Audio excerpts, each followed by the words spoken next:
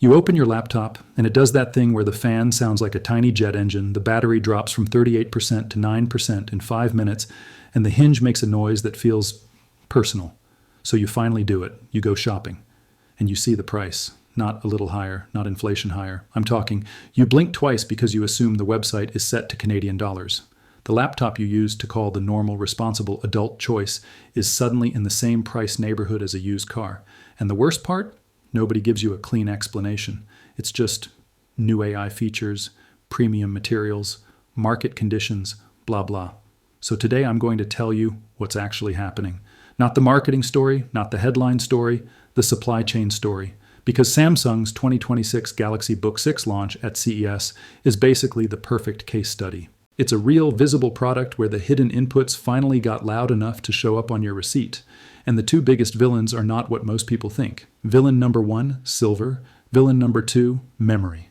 And when those two choke points hit at the same time, you get what I'm calling 2026 sticker shock. Quick disclaimer. Also, quick note, I'm not here to dunk on Samsung. They didn't cause this. They're just the first major brand whose pricing, components, and timing make the problem impossible to hide. All right, let's pull the curtain back. The day your laptop became a metal story.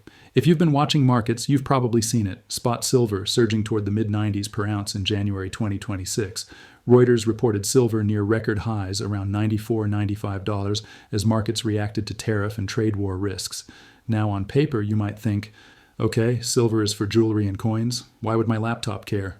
Because in electronics, silver is not a luxury. It's a requirement. It's the most electrically conductive metal we use, which means it's the cheat code for fast, efficient power flow. And here's the uncomfortable truth. Your laptop is not one big thing. It's a city. A dense city of microscopic roads, contacts, solders, coatings, switches, and heat paths. Silver is in that city, in the places where reliability matters, in the places where the current is intense, in the places where you can't afford resistance, corrosion, or a weak connection. So the laptop doesn't need a lot of silver, but it needs the right silver, in the right form, at the right time. And when silver gets scarce, it's not like the price of a banana going up. It's like a missing bolt on an airplane. You don't fly with one less bolt. The whole plane sits on the runway. That is what a material bottleneck feels like in manufacturing, and that's why Samsung matters in this story. Because at CES 2026, Samsung introduced the Galaxy Book 6 lineup, leaning hard into AI productivity, new thermal designs, and higher performance targets. More performance means more heat. More heat means more engineering. More engineering means more of the high-efficiency contact and thermal solutions that tend to pull more silver into the bill of materials. Even if the silver is measured in tiny amounts per unit, the supply chain is measured in millions of units. And if you're Samsung, you don't just need silver, you need guaranteed silver, which brings us to the phrase you're going to hear a lot in 2026, scarcity premium, not the market price. The scarcity premium, the price you pay to make sure you actually receive the material in time to ship product. And if you want the simplest mental model, it's this. A rising spot price is annoying. A broken delivery schedule is fatal, so companies pay extra to avoid the fatal scenario. That's how your laptop becomes a metal story. The fifth-year deficit nobody feels until checkout. Okay, but why is silver tight in the first place? Because silver isn't just sitting in vaults like gold. It gets consumed. It gets used. It gets spread across billions of components. And then it's hard to recover. And the silver market has been running structural deficits. The Silver Institute said the market was on course for a fifth successive structural deficit in 2025, and multiple analysts carried that theme into early 2026 commentary. That's a big deal, so let me translate it into normal person language. For multiple years, the world has been using more silver than it produces, so the gap gets filled by above-ground stocks. And each year you do that, the cushion gets thinner. Now add the two machines that eat silver like it's oxygen: solar panels, EVs, and power electronics. Those industries don't care about your "I just need a $600 laptop for work" lifestyle. They're on schedules, they're backed by government policy, they're backed by corporate mandates, they buy at scale. So what happens is a quiet siphon. Silver moves into infrastructure, into panels, into industrial contacts, into the stuff you can't easily recycle next year. And consumer electronics gets what's left. For years, you didn't feel it because companies could absorb it. They could hedge, they could substitute, they could redesign. But there's a point where substitution is no longer an option because the cheap alternative turns into failures, returns, overheating, dead ports, warranty nightmares.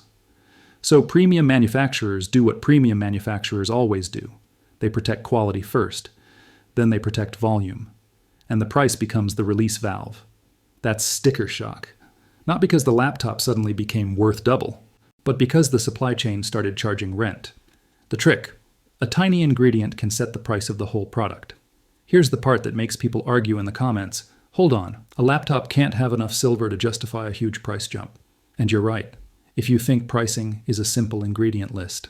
But modern pricing is a risk equation. If you're missing one critical input, you don't ship. If you don't ship, you lose shelf space. If you lose shelf space, your competitor becomes the default choice. If your competitor becomes the default choice, you lose future customers. So the cost of not having the part is greater than the cost of overpaying for the part. That's why you see premiums. That's why you see sudden shifts in product tiers. That's why the cheapest models vanish. And in 2026, it's not one ingredient, it's two. Silver is the atoms problem. Memory is the clean room problem. The hidden driver, the memory squeeze. All right, let's talk about the other villain. The one that quietly inflates your laptop even when metal's prices calm down. Memory, DRAM, and SSD storage. The tech world has a new addiction in 2026, AI compute. Not AI in the marketing sense. AI in the we need racks of GPUs and specialized memory to run this at scale sense. And that world runs on a specific kind of memory called HBM, high bandwidth memory. It's more complex, more premium, and more profitable.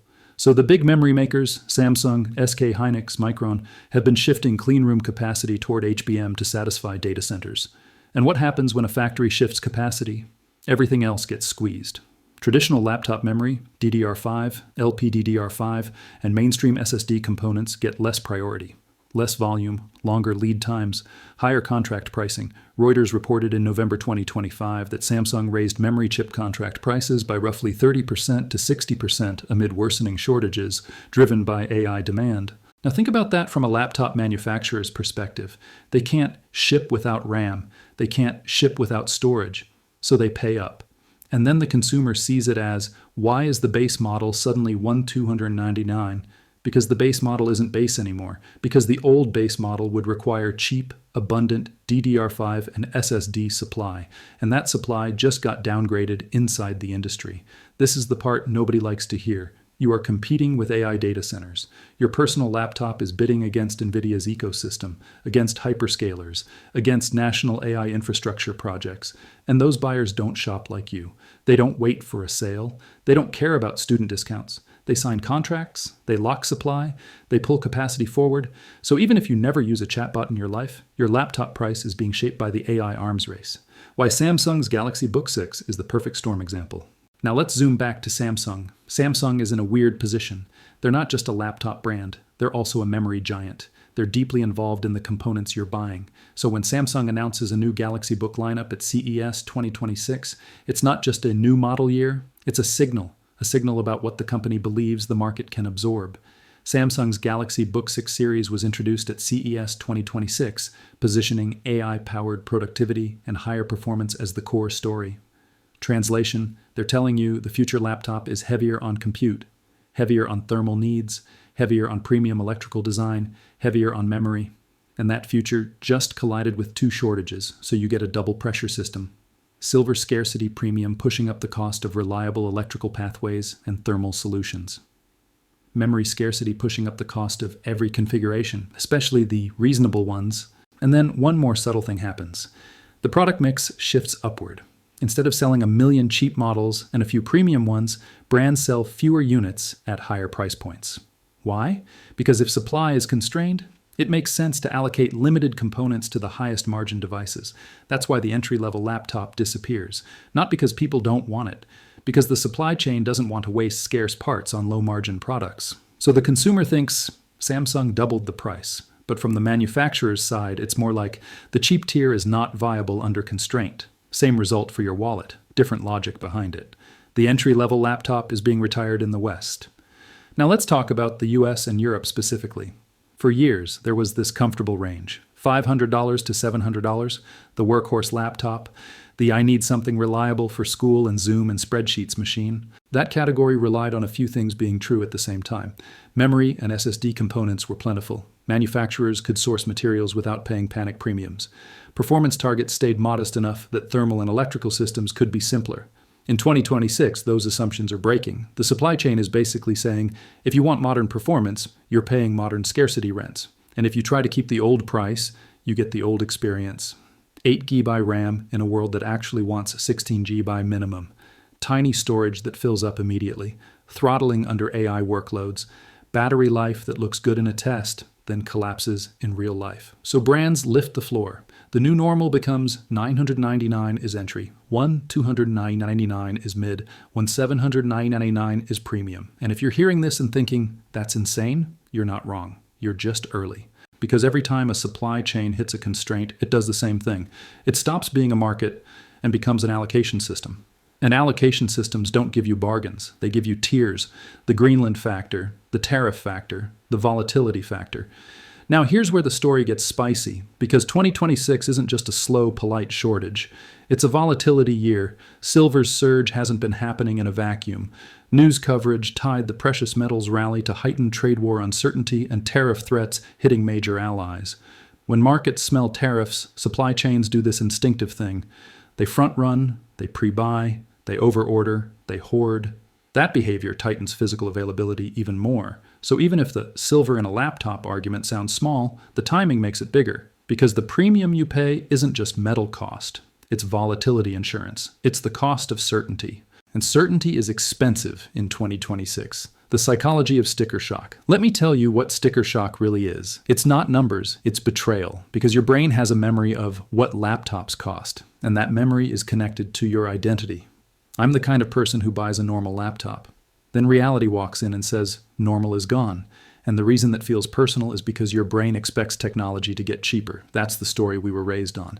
But that story was built on a world where supply expanded smoothly, where factories scaled, where raw materials stayed abundant, where the biggest upgrades were software and chip improvements.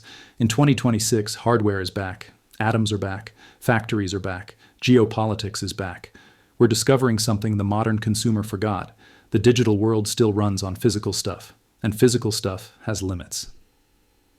Inside the laptop, where the silver actually lives, let's make this real. Because when people hear silver scarcity, they picture jewelry, coins, vaults, not a laptop. So imagine your laptop as a city. It has roads, wiring, intersections, connectors, traffic lights, switches, power stations, battery and power delivery, and an entire emergency management department, thermal control.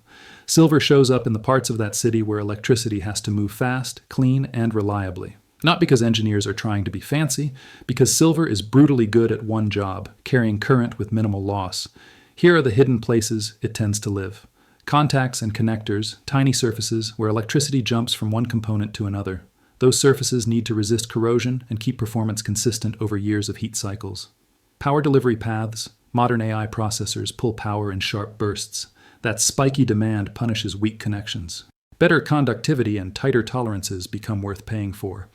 Solder and bonding alloys. A lot of modern electronics use solder blends that include silver. It's not a big, glamorous chunk of metal. It's small amounts spread across thousands of joints. Thermal interface materials. In high-performance devices, heat transfer is everything. Some premium compounds and pastes use silver particles because they move heat effectively. And here's the key insight. You don't need a lot of silver in one laptop for silver scarcity to matter, because manufacturing doesn't price by grams used. Manufacturing prices by risk of not getting it. That's why companies talk about scarcity premiums. The premium isn't the metal itself, it's the guarantee. Why a small bottleneck can double a big product. This is the part where people argue in the comments, so let's handle it cleanly. Someone will say, bro, a laptop doesn't have $600 worth of silver in it. Correct. But that argument is like saying a missing $3 bolt can't delay an airplane. It can, because without the bolt, the airplane doesn't ship. In a modern supply chain, the final price is set by the tightest constraint, not by the average cost, the tightest constraint. Here's how that translates into your checkout total. Line stoppage is the most expensive event on Earth. If a factory line pauses, the costs don't pause. Labor, energy, clean room time, depreciation, shipping contracts, retail commitments, it all keeps ticking. So manufacturers will overpay to avoid a stop. That overpayment becomes a premium baked into every unit.